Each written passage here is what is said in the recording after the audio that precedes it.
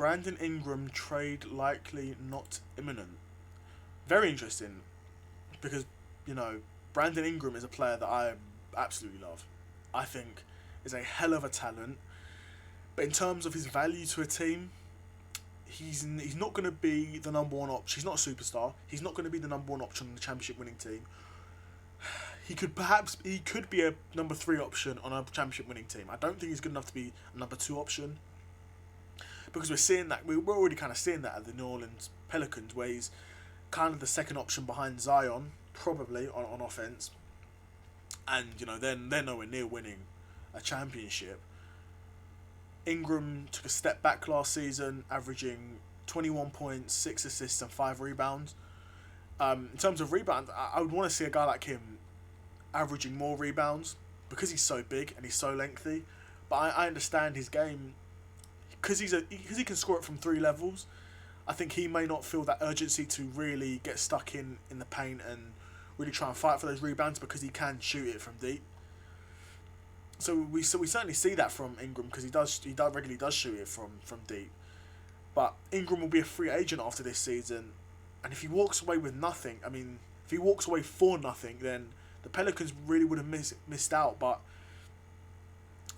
the Pelicans will make a tough decision on whether to give Ingram a max deal, and he's not worth a max deal. That in my opinion, that's the reality. He's not worth a max deal because he's not a superstar. In my opinion, you give max deals to superstars, guys who are going to... It's hard to find guys that are going to guarantee you a championship. But if you're going to give them a max contract, they should be damn near guaranteeing you that championship. You know what I'm saying? You know, guys that are worth max contracts, Giannis, LeBron, Tatum,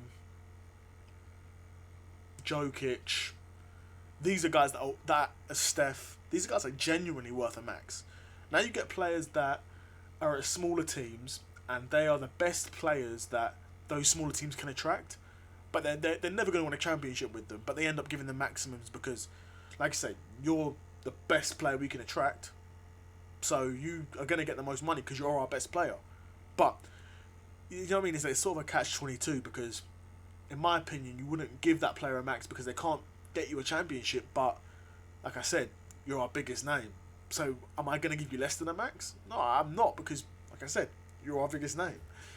But super interesting to see what happens with Ingram because he's not worth a maximum, in my opinion. He's a great player, super lengthy, super versatile, could really guard, can guard 3 through 5, for the most part. Took a bit of a dip in the postseason. If Ingram can have a big year, he can prove his worth.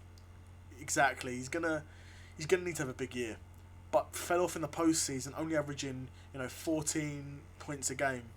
It's not enough. If you're gonna want a max contract, and if you are gonna want to take the crown and take the reins at the Pelicans, you're gonna need to be averaging more than that. You need to be showing consistency and essentially averaging what you average in the regular season in the postseason. So now, if you're a player that can average, 21, 6, and 5 in the regular season and do the same in the postseason, now we're looking at a guy that's a bit closer to the max. In my opinion, still, you're not giving them the max because, like I said, Ingram's not winning you a championship. He can contribute to a championship winning team, of course he could.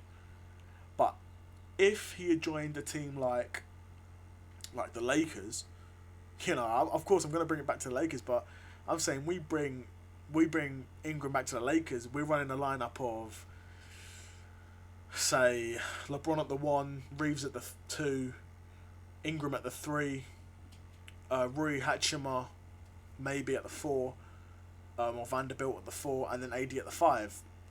That's a team that's pushing, come post-season, that's pushing for the NBA Finals, in my opinion. Even, LeBron at this age, we're seeing can still put up serious numbers and carry a team. He can. So yeah, that'd be super interesting to see. What do you guys think is going to happen next with Brandon Ingram? Do you think he's going to stay at the Pelicans? Do you think they're going to offer him a max deal? If they don't offer him a max deal, do you think he'll stay? On what team do you think Ingram could go to if he leaves the Pelicans? Super interested to know. What do you guys think?